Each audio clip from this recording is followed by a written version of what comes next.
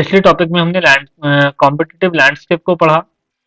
अभी हम बात करेंगे स्ट्रैटेजिक एनालिसिस के बारे में। स्ट्रैटेजिक एनालिसिस क्या होता है? तो स्ट्रैटेजिक एनालिसिस को हम स्टार्ट करने से पहले बात करेंगे इससे जुड़े कुछ इंपॉर्टेंट टॉपिक पे। कुछ बातों को पहले हम समझेंगे, उसके बाद हम बात करेंगे स्ट्रैटेजिक एनालिसिस की। तो पहले मैं बात करूंगा पर्सनल ओपिनियन की। आप जानते हैं पर्सनल ओपिनियन क्या होती है? पर्सनल ओपिनियन से मतलब है कि मैं किसी टॉपिक के बारे में अपनी राय दे रहा हूँ। Just talking on that topic, it doesn't matter whether I have accurate knowledge about it or not. Sometimes the personal opinions are biased and this should be avoided. इनको हमें क्या करना चाहिए? अवॉइड करना चाहिए, क्योंकि ये बायस हो सकती हैं, क्योंकि इनके पीछे जो नॉलेज बैंक है वो स्ट्रांग है या नहीं है इसके बारे में भी हमको नहीं मालूम है। दूसरे नंबर पर मैं बात करूंगा पर्सनल वैल्यूज की। तो पर्सनल वैल्यूज क्या होती हैं? तो ये डीप रूटेड होती हैं और इनको अवॉइड नहीं करना चाहिए। इन दोनों में क्या फर्क होता है? तो उसके लिए मैं एक छोटा सा आपके साथ एग्जांपल शेयर करता हूँ। सपोज करिए मैं कहीं जा रहा हूँ और रोड पे मैं किसी पर्सन से पूछता हूँ, भाई साहब मुझे आवास विकास जाना है, आप एड्रेस बता देंगे क्या? वो कहता है शायद थोड़ा आगे जाके है, आप सीधे चले जाइए। सेम टाइम मैं दूसरे पर्सन से पूछता हूँ, भाई साहब मुझे आवास विकास जाना है, आप बता देंगे क्या? वो बोलता है भाई साहब यहाँ से 200 कदम आगे बढ़िए, 200 कदम आगे बढ़ने के बाद आप लेफ्ट मुड़ेंगे, लेफ्ट मुड़ने के बाद आपको जो पहला पिलर आएगा वहां से राइट मुड़ जाना है और सामने जो कॉलोनी है वो आवास विकास है। दोस्तों किसको कंसीडर करेंगे, किसको अवॉइड करेंगे, पहले वाले को या सेकंड वाले को? सेकंड वाले के बताने के जो लहजे से ही पता लग रहा है, तरीके से ही पता लग रहा है कि उसको नॉलेज डीप है, उसको एक्चुअल में मालूम है आवास विकास कहाँ पे है। उसने मुझे एग्जैक्ट इन्फॉर्मेशन दी है कि मुझे यहाँ से पहले 200 कदम जाना है, फिर राइट में मुड़ना है, लेफ्ट में मुड़ना है, उसने मुझे एग्जैक्टली बताया है। तो मैं किसको इंपॉर्टेंस दूंगा? जिसने मुझको एग्जैक्ट बताया है। तो जिसको नॉलेज है और जो एग्जैक्ट बता रहा है उसे हम क्या बोलेंगे? These are personal values. और जो पहले वाला बता के गया है कि शायद आप आगे जाना है, आगे आवास विकास ही है, उसकी क्या है? ओपिनियन है। उसकी नॉलेज पे मुझे क्या है? शक है। तो ये दो फर्क हैं पर्सनल ओपिनियन में और पर्सनल वैल्यूज में। वैल्यूज हमेशा डीप रूटेड होती हैं, अनबायस्ड होती हैं और हमें इनको कंसीडर करना चाहिए, इन्हें अवॉइड नहीं करना चाहिए। ओपिनियन बायस्ड हो सकती हैं, इनको अवॉइड करना चाहिए। इनके पीछे की नॉलेज कितनी स्ट्रांग है इस पे भी क्वेश्चन मार्क है। इनका हमारे टॉपिक से आज के जो हम पढ़ने जा रहे हैं स्ट्रेटेजिक एनालिसिस, इनसे डायरेक्ट रिलेशन है, ये डायरेक्ट लिंक है आज के टॉपिक से, ओपिनियन और वैल्यूज। इसके बाद मैं आपसे आगे बात करूंगा बिजनेस एनवायरनमेंट की। तो देखिए बिजनेस एनवायरनमेंट कैसे बनता है, पिछले टॉपिक्स में भी हमने बात की कि जो बिजनेस एनवायरनमेंट होता है वो कॉम्प्लेक्स होता है और डायनेमिक एनवायरनमेंट होता है।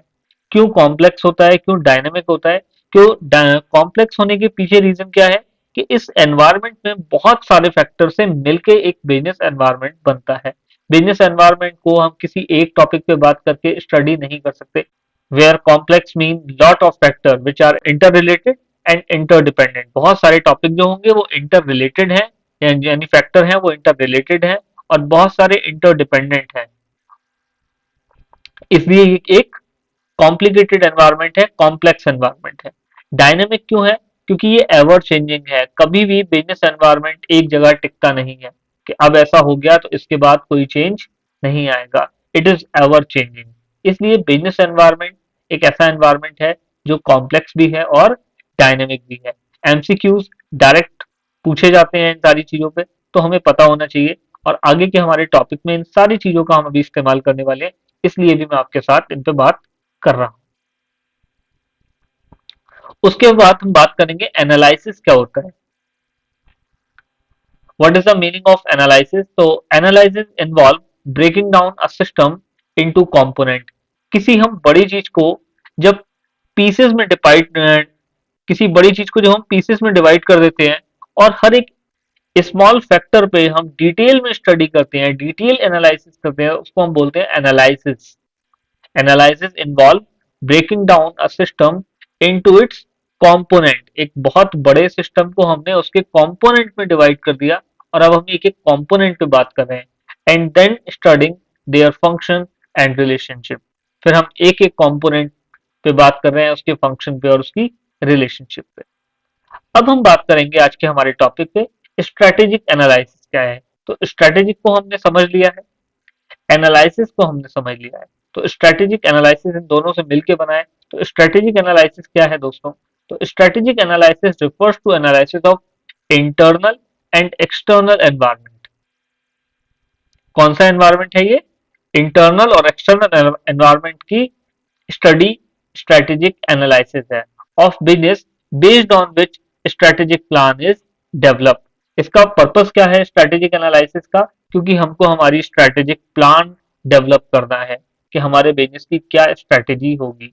तो इस सारे के सारे जो स्टडी का जो हमारा मेन निचोड़ है, कंक्लूजन, वो ये है कि हमें हमारा स्ट्रेटेजिक प्लान बनाने के लिए अपने एनवायरनमेंट को, वेदर इंटरनल और एक्सटर्नल, उसको डिटेल में स्टडी करना है, डिटेल में एनालाइज करना है। तो स्ट्रेटेजिक प्लान बनाने के लिए जो हम अपने एनवायरनमेंट को स्टडी कर रहे हैं, एनालाइज कर रहे हैं, वही एनालिसिस क्या है?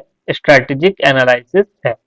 Strategic analysis refers to the analysis of internal and external environment of business based on which strategic plan is developed। तो ये एक बात हो गई। और आगे बढ़ते हैं। Strategic analysis gives detailed view of industry। Strategic analysis किसका व्यू देता है? इंडस्ट्री का, कंपटीशन का, ऑर्गेनाइजेशन का, हमारी स्ट्रेंथ का, हमारी वीकनेस का। कल हमने बात की थी कि पिछले टॉपिक में कि स्ट्रेटेजिक एनालिसिस जब हम करेंगे तो किस पे करेंगे? शॉर्ट पे करेंगे। Strength, weakness, opportunity, threat, internal और एक्सटर्नल होगा, जहां एसडब्ल्यू हमारे इंटरनल है और ओटी हमारे एक्सटर्नल फैक्टर हैं। तो जब हम इन चारों पे बैठ के स्टडी करने बैठेंगे तो इससे हमारे को इंडस्ट्री, कंपटीशन, ऑर्गेनाइजेशन, इन सब चीजों के बारे में हमारे को नॉलेज मिलेगी। Strategic analysis is not a task, ये कोई टास्क नहीं है कि जब मर्जी आया तब कर लिया। Which can be done based on instincts और पर्सनल ओपिनियन। आ गया पर्सनल ओपिनियन कि किसी ने कह दिया कि स्ट्रेटेजिक प्लान बना लो तो बनाने बैठ गए, या किसी ने कह दिया स्ट्रेटेजिक एनालिसिस कर लो तो करने बैठ गए। तो ये कोई टास्क नहीं है, ये हमेशा चलने वाली एक प्रक्रिया है जो एक ऑर्गेनाइजेशन के अंदर चलती रहती है। हम अपने एनवायरनमेंट को स्कैन करते रहते हैं, स्टडी करते रहते हैं और उसी के बेस पे अपनी स्ट्रैटेजी के अंदर चेंजेस भी लेके आते हैं, स्ट्रैटेजी को अपडेट करते हैं। तो ये हमेशा चलने वाला एक क्रम है जो चलता रहता है, जो कभी रुकता नहीं है, ये कोई टास्क नहीं है। तो उम्मीद करता हूँ समझ में आया होगा आपको कि स्ट्रैटेजिक एनालिसिस क्या है। स्ट्रैटेजिक एनालिसिस एक ऐसा जो है प्लान स्टडी है जो हम अपने एक्सटर्नल और इंटरनल एनवायरनमेंट पे करते हैं और इसका पर्पस क्या है? स्ट्रैटेजिक प्लान बनाना। आगे बात करते हैं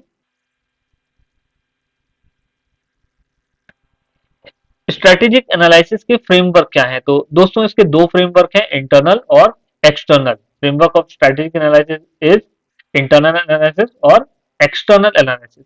अब इंटरनल एनालिसिस क्या है? तो इंटरनल एनालिसिस के भी आगे दो कंपोनेंट हैं, performance analysis and defined analysis.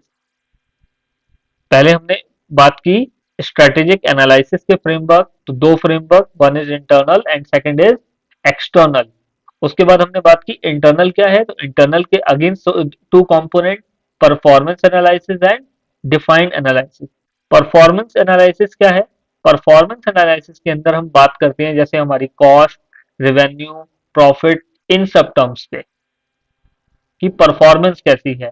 और डिफाइन एनालिसिस के अंदर हम बात करते हैं past and current strategic problem, organisation की कैपेबिलिटी, वीकनेस, फाइनेंशियल कॉन्स्टेंट, इन सारे टॉपिक पे हम बात करते हैं डिफाइन एनालिसिस में। तो उम्मीद कर रहा हूँ समझ में आ रहा होगा आपको। इंटरनल एनालिसिस की हमने बात की, इंटरनल एनालिसिस के अंदर हमने दो बातें की, परफॉर्मेंस की और डिफाइन की। परफॉर्मेंस में हमने बात की कि हमारी परफॉर्मेंस पे हमने मेजर कर रहे हैं, हमारे कॉस्ट पे, हमारे रेवेन्यू पे, हमारे प्रॉफिट एटसेट्रा पे। और डिफाइन के अंदर हम अपनी पास्ट और करंट स्ट्रेटेजिक प्रॉब्लम पे बात कर रहे हैं, अपनी कैपेबिलिटीज पे बात कर रहे हैं, हमारी वीकनेस पे बात कर रहे हैं, हमारी फाइनेंशियल कॉन्स्टेंट पे बात कर रहे हैं। तो ये सारी चीजें। इसके बाद हम बात करेंगे एक्सटर्नल एनालिसिस की। तो एक्सटर्नल क्या है? तो एक्सटर्नल एनालिसिस से मतलब है customer analysis, market analysis, competition analysis. जो बाहर के मार्केट को हम एनालाइज कर रहे हैं वो क्या है, एक्सटर्नल एनालिसिस। कस्टमर, बाहर के जितने भी फैक्टर हैं, कस्टमर भी मार्केट में है, यानी कि ऑर्गेनाइजेशन के बाहर है, मार्केट में क्या चल रहा है ये पता लगाने के लिए भी हम बाहर हैं, कॉम्पिटिटर भी हमारा बाहर है। तो बाहर के फैक्टर्स की जब हम स्टडी कर रहे हैं तो वो सारे का सारा हमारा एक्सटर्नल एनालिसिस के अंदर कवर होगा। दो बातें जो ध्यान रखने वाली है, two important situational consideration in strategic analysis are industry and competitive analysis, analysis of organization core capability, resource strength, weakness, etc. इन दो बातों का हमको ध्यान रखना है जब हम अपनी स्ट्रेटेजिक एनालिसिस को करते हैं। तो इसके सिचुएशनल कंसिडरेशन ये है। तो उम्मीद करता हूं आपको समझ में आया होगा कि स्ट्रेटेजिक एनालिसिस क्या है। अगर आपको समझ में आया हो तो वीडियो को लाइक करें, चैनल को सब्सक्राइब करें और अपने फ्रेंड्स के साथ शेयर करें। Good luck, thank you.